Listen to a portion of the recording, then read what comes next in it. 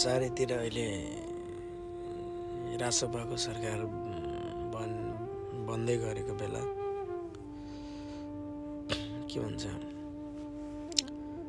अनि कता कतै न्युज पनि आइरहेछ कि अब पढ्दैछु व्यवस्था अब सञ्चार माध्यमबाटै थाहा हुने कुरा हो होइन।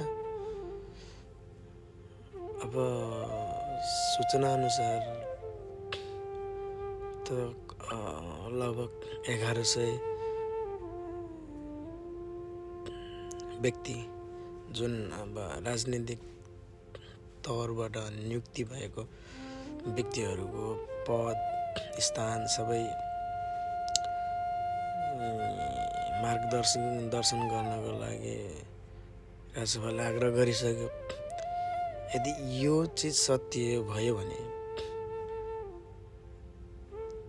त धेरै मान्छेको मतलब अहिले जुन राजनीतिक नियुक्ति पाइरहेको मान्छेहरूले जति जब गरिरहेको छ जागिर गरिरहेको छ त्यो त स्वत खाली हुने भयो।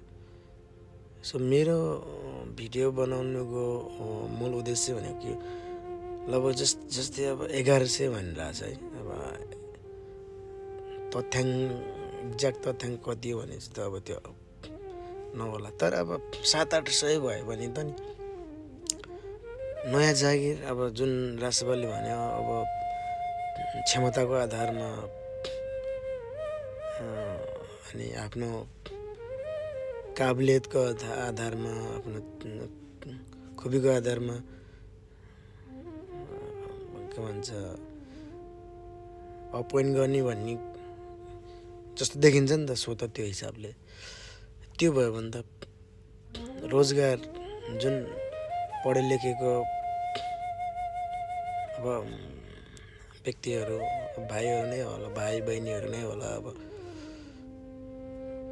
नभए पनि समकालीन नै होला होइन। उहाँहरूको लागि त नि एकदम राम्रो अपर्च्युनिटी हो नि। जसले आफूले देशमै केही गर्छु, म आफ्नै देशमा केही गर्छु भनेर सोच राख्नु भएको व्यक्तिहरूको लागि त अब जस्तै अब त्यो सञ्चार माध्यममा आयो जस्तै गरेर 1100 जना स्वत खाली हुने भयो त त्यसको भरपाई गर्नको लागि, त्यसको आपूर्ति गर्नको लागि त त्यति नै मान्छे चाहिने भयो नि त। त्यसको मतलब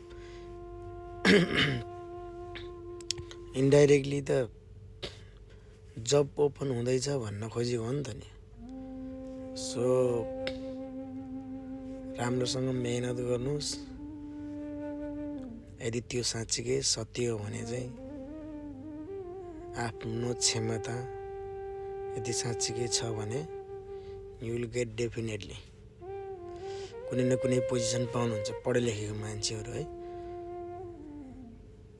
सो त्यतातिर पनि सोच्नु। अब धेरै भुइँचालो आउने सम्भावना छ यदि यो समाचारको आधारमा सत्य हो भने चाहिँ धेरै भुइँचालो आउनेवाला छ। सो बी रेडी सबैजना है।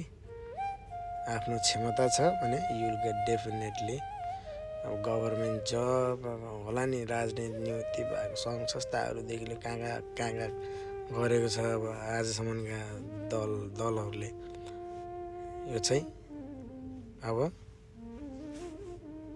on your hand. So be ready. Thank you so much.